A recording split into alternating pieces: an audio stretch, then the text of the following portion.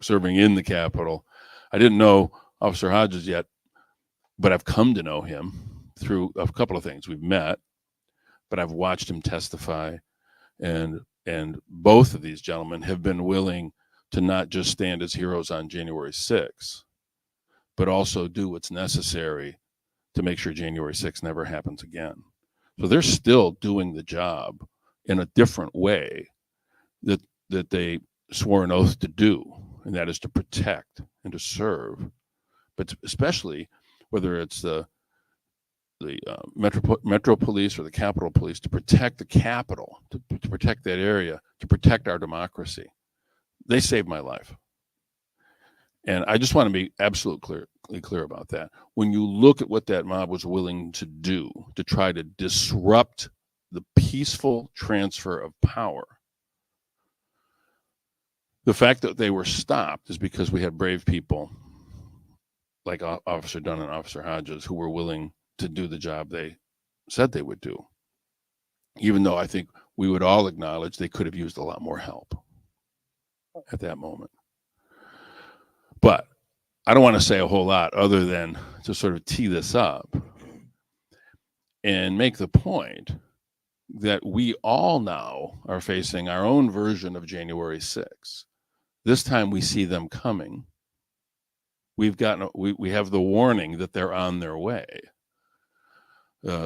Donald Trump, as a candidate for president, has made it crystal clear that he stands with the January 6th insurgents to the extent that he would pardon them, to the extent that they have a January 6th choir that they use to celebrate an insurgency against the United States of America, as if that is some sort of moment to be proud of. That's weird. These are some weird people. Now, with Kamala Harris and with Tim Walz, we have a chance to continue that slow march to the more perfect union that we were promised. We're not there yet, but we can decide if we're going forward toward that promise or going backward. So I want to start off just by asking, starting with Officer Dunn and Officer Hodges, to introduce themselves and give your perspective on this issue. And if you don't mind sharing a little bit of your experience from January 6th. But let me just ask you to give these guys a great big round of applause, because they are heroes. They saved my life. Thank you, Dan, Congressman. Call me Dan. I know this guy on a personal level, and I'm gonna set these notes down. We have these notes and talking points that we want to make sure we stay on topic about. But this is easy. This is lived experience. This is real life things that happened. Yeah, I thought I was going to be a police officer for the rest of my adult working life. I left the department in December of last year because I felt like I did everything that I could do as a police officer to do my part to serve my country. And I felt that it was time to take it to another level. I ran for Congress right after December. I lost my primary in May, came in second out of 22 people. I talked to my friend, Eric Swalwell, and he told me to use democracy needs a first responder right now. Right. And I was like, I like that message. That was good. So our friend Eric Swalwell is pretty good when it comes to some messaging. He gave me so I like that talking point. But I thought that I was going to be a police officer and for the rest of my working life. And I'm not. And I blame Donald Trump for that. If January 6th didn't happen, nobody knows who I am. Don't know who Danny is. That day, life goes on. I'm getting when you were talking about it, you evoke some emotions that kind of make me, and I like free flowing talking. I'm really good at it, but now I'm just like I'm angry again. Yeah. And I'm realizing how serious we've heard so many times. Every single election that happens, this election is the most important election of our lifetime. Every election, every single one. One of them's got to be not the most important one. this one is. Like, this one really is. And I actually believe that this is the moment where we have the choice to whether we're going to go forward or whether we're going to go backwards. And I love the slogan that the Harris campaign is using. We're not going back. We're not going back. We talk so much about, I have January 6th, me, Danny, the rest of I'm all over the place, but I have to acknowledge right now, I appreciate the accolades and the praise that we get, but the men and women that you don't see, the names that you'll never know, the faces that you'll never know, the men and women of the Capitol Police and the Metropolitan Police, they deserve all the same credit that we give. So I acknowledge them also. But we can't count on these institutions, whether it would be the Senate during the impeachments or whether it be the courts, the Supreme Court. We can't count on these institutions to hold Donald Trump accountable, because they're not. They haven't. Even when they knew they were wrong, Mitch McConnell's own words during the impeachment hearing, right. Donald Trump is responsible for the actions of that day. His words, not mine. It's up to the people now. How fitting that it's our job right now to hold that person accountable, that man, and we get to do it November 5th. I'm so excited. That's why I'm so excited to be out here in Michigan, going across the whole country to continue to step up in this purpose, in this moment right now, to do whatever I can do. Because we did our job on January 6th. We did it as police officers. But January 7th until, what's the 9th, August 9th now, I did it because I care about this country. I'm not doing this as a police. I left the department. I'm doing it because it's important. We care. I care about this country being the best version of itself. And we can't do that with Donald Trump leading it. Donald Trump cares about himself and only himself. He doesn't care about people. He surrounds himself with people that want to be that are loyal to him. No matter, even if they're the greatest people in the policy, he doesn't care. If you're not loyal to him, bye. He doesn't want you. He doesn't want people that are good at their jobs. He wants people that are loyal to him. That's not how public service works. As a police officer, like I said, just under 16 years of service as a police officer. We don't do it because we're seeking out fame and attention. We do it because we want to help people. That's what Danny said this morning. I'm gonna stay in line, sorry. But quite the opposite. Quite the opposite. If you're a police officer, you don't do it for attention. If you made the news as a police officer, it's a bad day. Yeah. Right? So you do it to stay out of the news, to stay. Sorry, man. That was a good line. He said it this morning. That's you can say it again. That's the advantage of going first or whatever, you know. But you don't want to be in the news. So I hate that people know who I am. I hate that. I wish that, I stand out as it is, right? I'm a little fella. But I'm glad that I'm taking this moment right now and not just shrinking or minimizing, but rather turning the lemons into lemonade kind of thing and letting people know how important it is to get out there and do your job. And I'm not suggesting that everybody needs to run for Congress like I did or be on a countrywide tour like we are or stand in front of a camera. I'm not suggesting that because, it's hard. And you know what? Everybody's not built for it. Sometimes I'm like, what the heck am I doing out here? But it's worth it. It's necessary and somebody has to do it. Educate a friend. Make sure you're registered to vote. Register a friend to vote. Get the word out there. Squash disinformation with truth. It's so much disinformation. It's something we all can do, but we all have to do something. We can't have anybody sitting on the sideline. In Michigan, it's the epicenter of preserving democracy. Fake electors. Yeah. They did the trial run of the state capitol. They tried it. They tried. Yeah. So this could be like literally the epicenter of defending democracy. And all of you all have the opportunity to be a part of preserving it. And what better way to elect a prosecutor to kick a felon's butt? Yeah.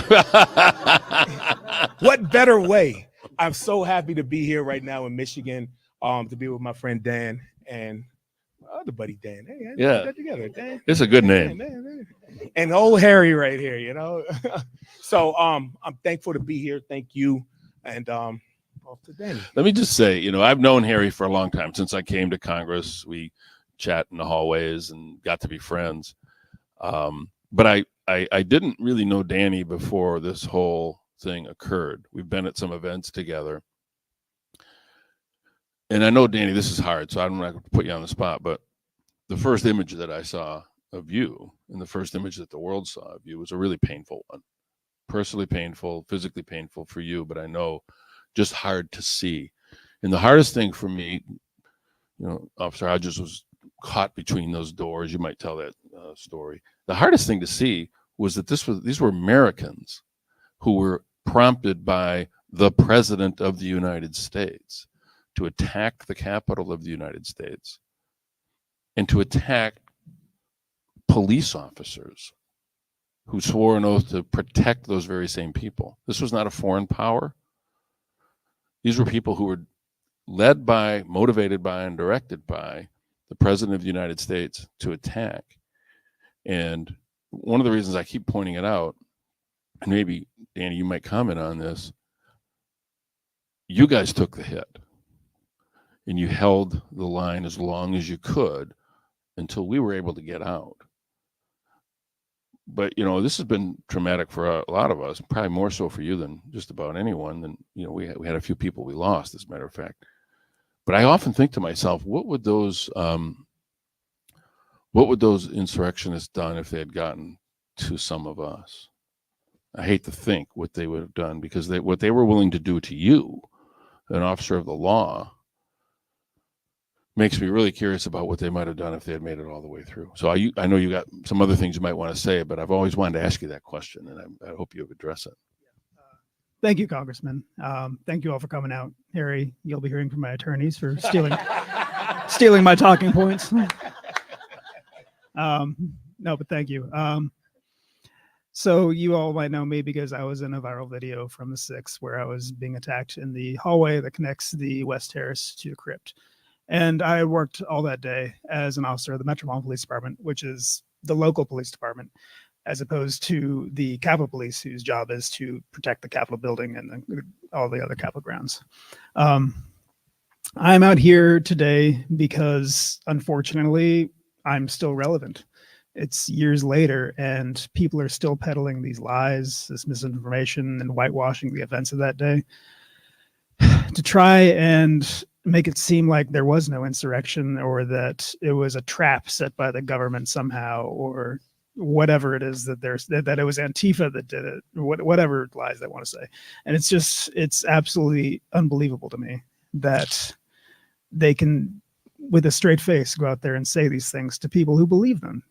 These are leaders of this country going out there and telling people that there was no attack on the Capitol in the obvious way that there clearly was. So I'm here because I say that I am a living primary source for a very historical event, and I have a moral obligation to see that people understand the truth. And as long as people are out there spreading these lies, then I'm going to come out here and say, no, that's not true. That's not what happened. It's politically inconvenient for the Republican Party to admit the truth of what happened that day. That's the only reason they continue to say these lies. And I say this a lot, is if it was Hillary Clinton that won in 2016, and then she tried to overturn the election in 2020, I'd be doing the same thing. It doesn't matter about what side you're on or politics or anything like that. It matters that the Republic continues, that our votes matter. So I am here because I believe that Donald Trump, he's already tried to do it once, and he's still out there walking free. So he hasn't faced any accountability for it. So why wouldn't he try again? We can't give him that opportunity. We cannot give him that opportunity. And the best way for us to not give him that opportunity is to vote for Kamala Harris. Congressman, with regards to your question, what they would have done to members of Congress, I mean, it's another one of the lies I hear a lot, is that it was unarmed. You can't have an insurrection if it's not armed, right? But they had bombs, they had guns, they had knives, short swords, they had chemical irritants, they had cattle prods, a sledgehammer, they had a machete, It's an incredible assortment of arsenal. Well, we had Arsenal. a guy from right around this area with the hockey stick. He Yeah, was one of it's the people. whatever you can imagine, they had it. It was armed. So that I have no doubt in my mind, some of them would have used that on you. They were people with zip ties. They were clearly aiming to take prisoners. You know, what they would have done with those prisoners afterwards, it's up to your imagination. I don't know. I don't know what they would have done, and I'm glad we never found out. But I'm out here just to try and communicate that the stakes are incredibly high right now, and that democracy is only as strong as the people who participate in it. And it's up to all of us to do our part. Thank you. Thanks, Danny and Harry. I do have a couple of sort of follow-up questions, and then we can mill around. I'd love for all of you to be able to meet these two incredible people face to face and shake their hands and thank them. You know, I see Matt Schlinker. Matt's running for the state legislature, but Matt and I go way back. And I got to believe we talked right after January 6th. And I got to believe, like you and others, you're grateful for what these guys did, not just because what it did for the country, but because, you know, some of us have a personal relationship. We're friends. Matt and I have been friends for almost 15 years. And you not only helped save the country, you saved some family and friends here. But one of the questions I have is, and Danny, as you were talking about it, occurred to me. Donald Trump says he's going to pardon the people who attacked you. I mean, how does that make you feel? Donald Trump's guiding star is whatever benefits him at that moment. So he could have pardoned everyone on January 7th, but he didn't. I think because he wanted to see how the rest of the world was going to react to his attempt, and our institutions failed us. Unfortunately, there are good people in positions of power trying to hold him to account, but there are also people of questionable morals and positions of power who prevented that from happening. The impeachment trial stopped in the Senate with McConnell, so that's why we're here today. I'm sorry, I got lost. What was the question? No, I'm just curious. But his willingness yeah, that's to right. pardon. So yeah, he could have pardoned them on January 7th. He didn't. He's now talking about it now because he wants everyone. He wants their votes. He wants their support. He wants the support of their families, because it's kind of ironic. He calls them political prisoners and hostages for some reason, but in the way that he's using them by sort of promising pardons, he's holding them hostage to their own family members for his own votes, for votes for him. So it is kind of ironic in that way, but it's all about him. It's what can benefit him. So that's the only reason he would pardon them. Obviously so many of them pled guilty. They pled guilty, and there's just an incredible preponderance of evidence that they committed the crimes they did. There's no basis for a pardon, but here he is doing it anyway because he wants their support. I just think the irony is you're gonna have a felon pardoning felon. That's nuts. Like, I mean, just think about that for a second. The felon is the one issuing the pardons. Like, it's laughable. I mean, it would be laughable if it wasn't a possibility. Right? Like, this isn't some hypothetical situation now. It's like, whoa, this is kind of serious. Kind of like the argument before the Supreme Court that said, SEAL Team 6 can go kill my opponent. Wait, what? Oh, you were serious? Oh, that's not a hypothetical. Like, right. They're talking about that in the Supreme Court. That was it's nuts. But I am happy that we have a prosecutor going after this felon. Yeah. Like, it couldn't be any more storybookish, right? It's like, let's go get him. Now it's time for the good guys to win. Yeah, I described it the other day.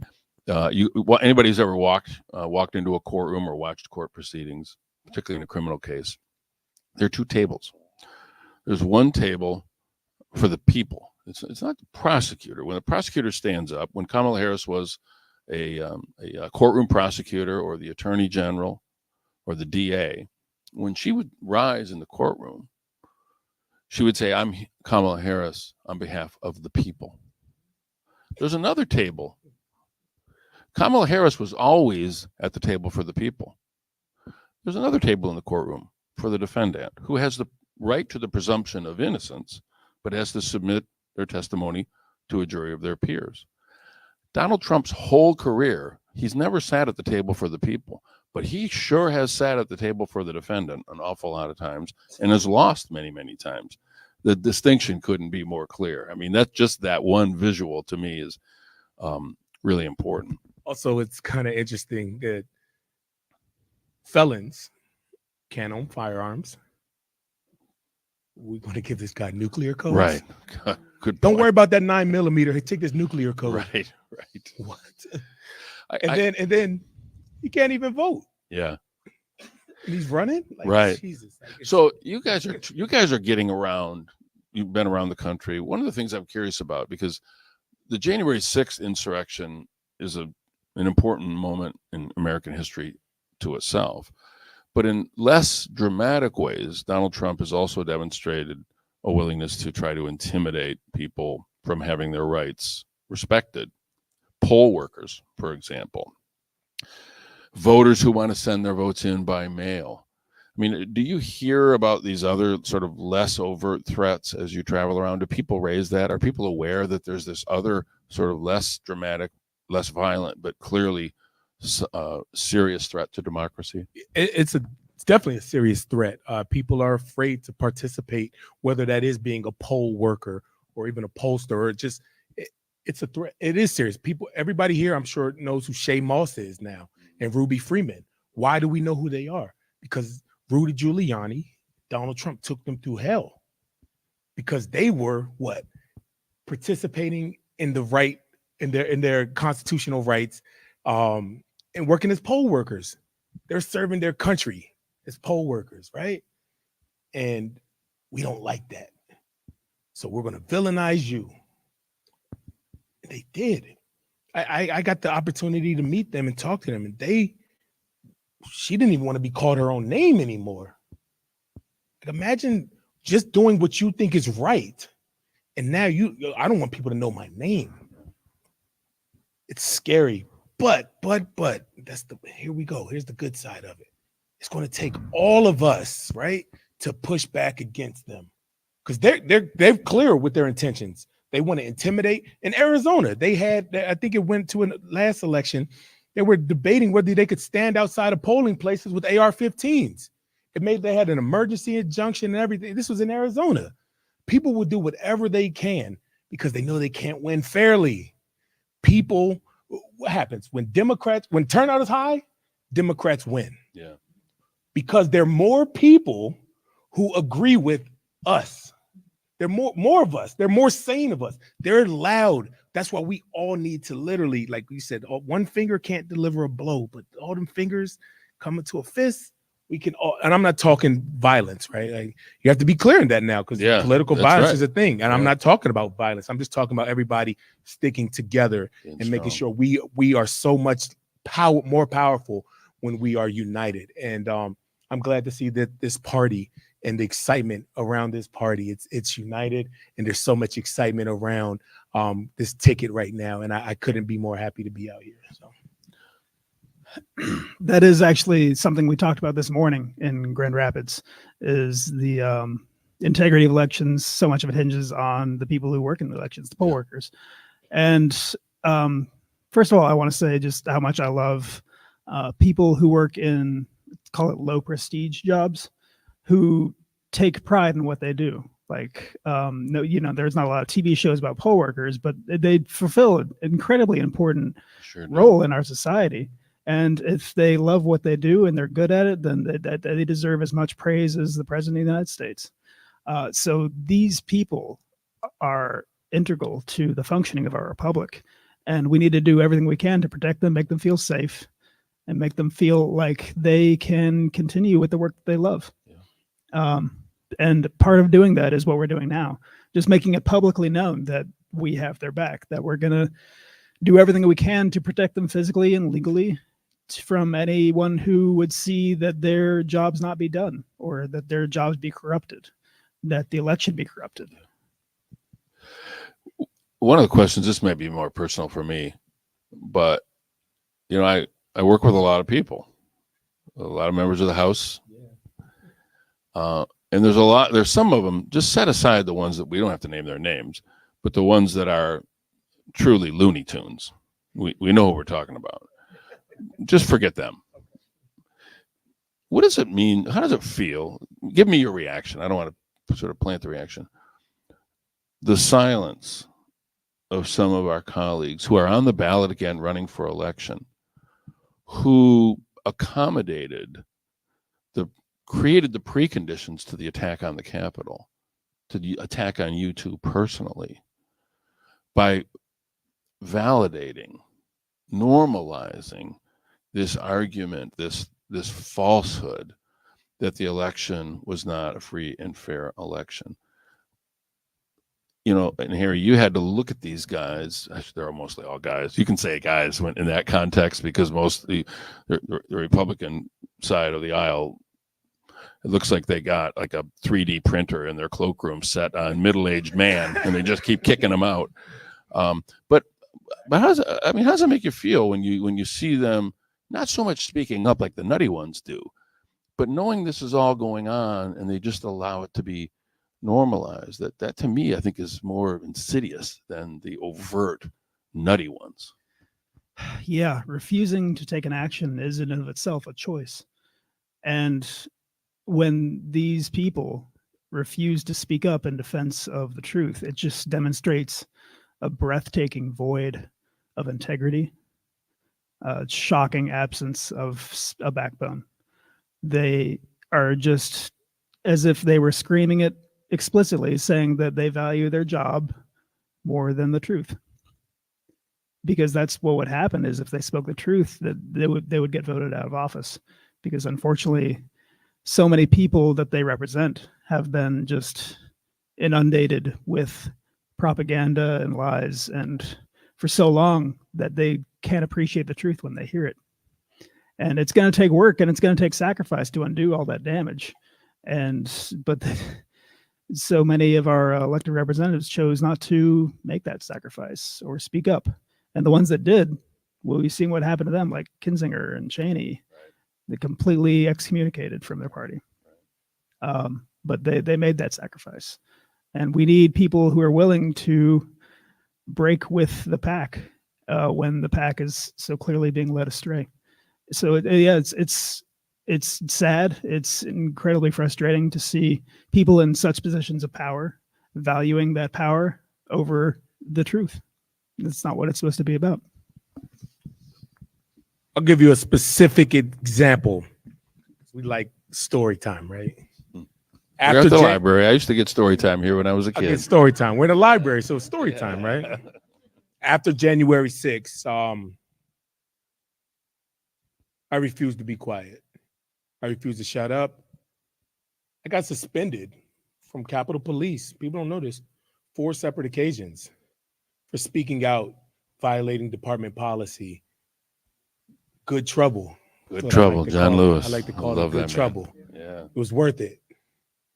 I refused to be quiet. One of those times, met with, that time, Kevin McCarthy. Me, Michael Fanone, who many people know. And in that meeting with Kevin McCarthy, we said, we asked for a lot of stuff, but 2 things that stood out.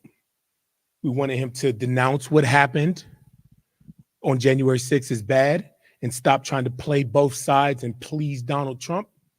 And also control your party, because you had people like Lauren Boebert and Paul Gosar, Matt Gaetz, Marjorie Taylor Greene, that were saying the Capitol Police weren't heroes. They voted, 21 members voted against giving us the Congressional Gold Medal. And we wanted him to say, hey guys, what y'all doing is wrong. These Capitol Police officers are heroes. And we asked for that. And Kevin's response was, I don't control what they say. I can't control what my party says or does. You are the leader of your. That's what it's. Look it up. It's that's this. him, though. This is what he said.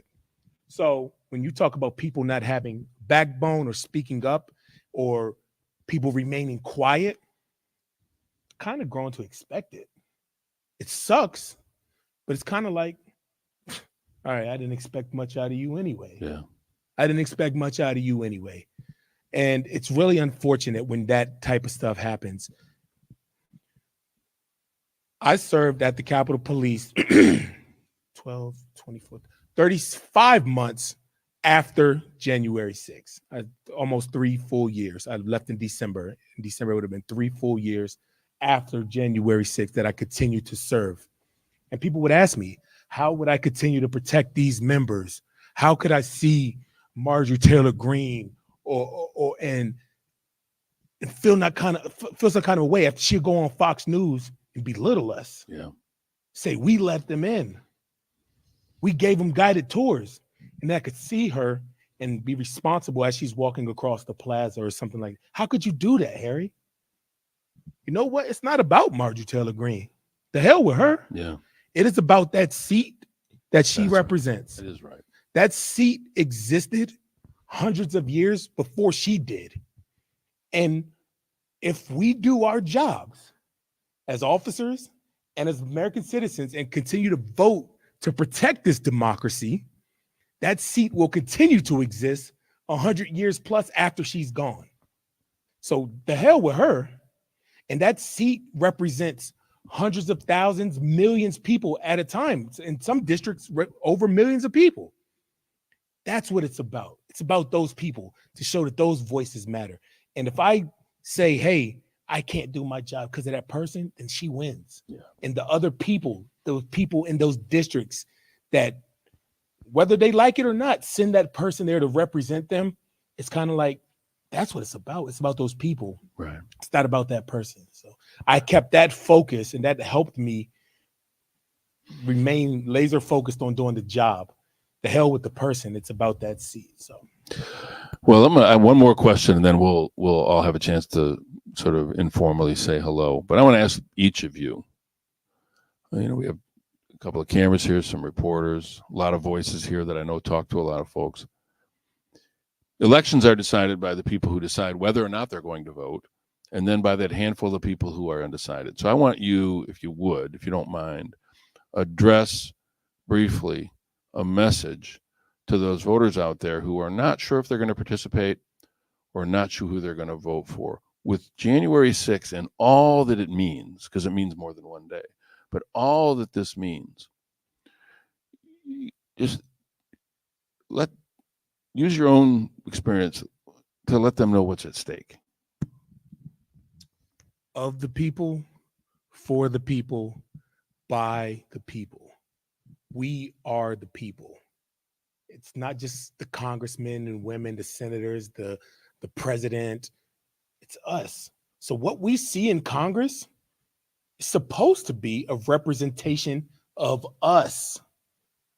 It's getting further and further and further away from that now, because a lot of us aren't participating. We have to get out there and let our voices be heard. We have to continue to do that. It's important and imperative that we all participate. We cannot stand on the sidelines. Democracy is not a spectator sport. It's not a spectator sport. And we can't just wait on somebody else to fix it. Why not you? Why not you? Why not you? All of us say, you know what? I'm going to get out there and let my voice be heard. So, Amen to that. Danny?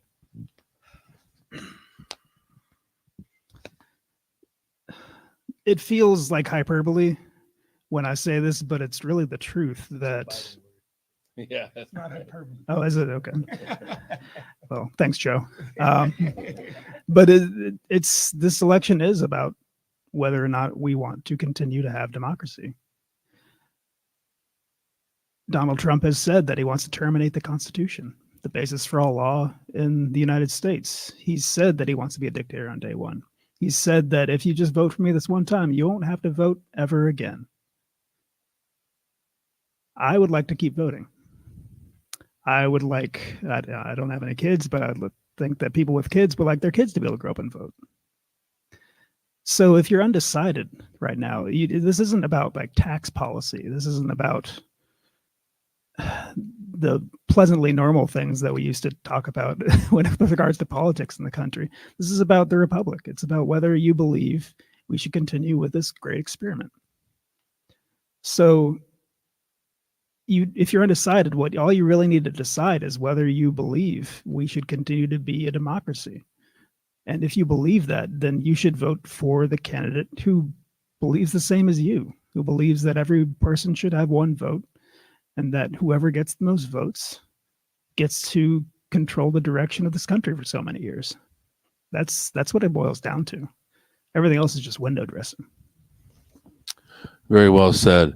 I want to say thank you for being heroes every day before January 6th, on January 6th, and for what you're doing right now, continuing to defend and protect the people of this country, because your voices are being used now to do the job you swore your oath to do when you put on that uniform. And on behalf of my family, and behalf of the people that I represent in Congress, I just want to say thank you. Thank you. You're welcome. Thank you.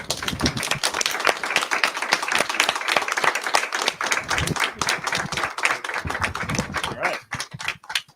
Everybody, thank you so much for joining us today. We're going to do a quick press gaggle up against the wall, and then after that, I think our great speaker should have 2 minutes to make some numbers.